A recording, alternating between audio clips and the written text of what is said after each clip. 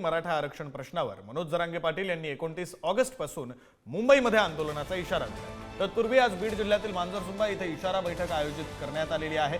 सोलापूर धुळे महामार्गावर मांजरसुंबा इथल्या चौकामध्ये ही बैठक होणार आहे। मराठा आरक्षण प्रश्नावरील लढ्यामध्ये बीड जिल्ह्यातील मराठा समाज बांधवांनी जरांगे पाटील यांना मोठं बळ दिलंय आणि त्यामुळेच या ठिकाणी ही इशारा बैठक आयोजित करण्यात आली। जरांगे पाटील आता सरकारला काय इशारा देतात याकडे संपूर्ण राज्याचं लक्ष लागलं। मराठा आरक्षण प्रश्नावर मनोज जरांगे पाटील यांनी पुन्हा एकदा एल्गार पुकारलाय आणि 29 ऑगस्ट पासून मुंबईतील आझाद मैदानावर उपोषणाचा इशारा दिलाय। तत्पूर्वी आज बीडच्या मांजरसुंबा मध्ये इशारा बैठक होते। आपण पाहू शकतो कशा पद्धतीने या ठिकाणी हजारोच्या संख्येने मराठा समाज बांधव उपस्थित आहेत। थोड्याच वेळात मनोज जरांगे पाटील या ठिकाणी दाखल होत आहेत। त्यांच्या स्वागतासाठी मोठी तयारी देखील करण्यात आली आहे। विशेषतः बालाघाटावरील हे प्रमुख ठिकाण आहे आणि याच ठिकाणी ही बैठक होते। आपल्यासोबत काही मराठा बांधव देखील आहेत, आपण जाणून घेऊया कशा पद्धतीने हे बैठकीचे नियोजन आहे आणि मुंबईला जाण्यासाठीची काय तयारी आहे, काय सांगाल? आज मनोज दादा जरांगे पाटलांच्या अध्यक्षतेखाली बीड जिल्ह्यातली घाटावरली इशारा बैठक आहे।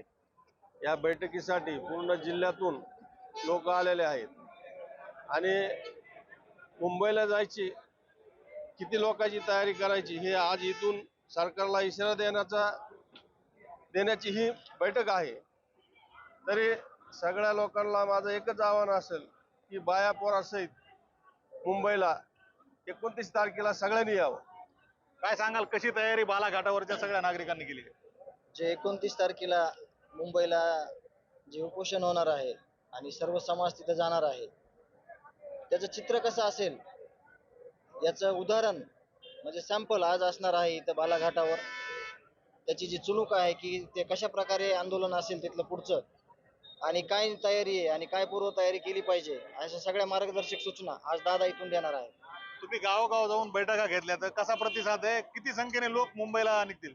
गेल्या 1 महिन्यापासून संपूर्ण महाराष्ट्रामध्ये मराठा सेवक म्हणून मनोज दादाचे सेवक फिरत आहेत आणि प्रत्येक गावातून कमीत कमी 10 ते 15 फोर व्हीलर, म्हणजे एका गावातून 150 ते 200 लोक असे, एका खेड्यातून तालुक्यातून 374 असे गाव आहेत, म्हणजे लाखोच्या संख्येने लोक येणार आणि कमीत कमी 50 ते 60 हजार फोर व्हीलर 4 चाकी गाड्या पूर्ण रॅलीमध्ये। इशारा असेल सरकारला एकच इशारा आहे की 78 लाख कुणबी नोंदी सापडल्या तर आम्हाला सरसकट कुणबी म्हणून प्रमाणपत्र द्यावेत आणि मराठा समाज हा कुणबीच आहे ही मनोज दादाची मागणी। आम्ही सेपरेट आरक्षणाची मागणी केलेली नाही। आता कोणीतरी प्रेसमध्ये सांगितलं की आम्ही 10% आरक्षण दिले, हे आम्ही 10% आरक्षण मागितलेलं नव्हतं। मराठा समाजाची एकच मागणी की कुणबी प्रमाणपत्र द्या, कुणबी आरक्षण द्या। नक्कीच लाखोच्या संख्येने मराठा समाज बांधव मुंबईकडे जाणार आहेत, त्याची तयारी करण्यात आली आहे आणि आता या ठिकाणाहून सरकारला एकच इशारा आहे की मनोज जरांगे पाटील ज्या पद्धतीने आरक्षण मागतायत त्याच पद्धतीने आरक्षण द्यावं अशी मागणी मराठा समाज बांधव देखील करतायत। उदय नागरगोजे, पुढारी न्यूज, बीड।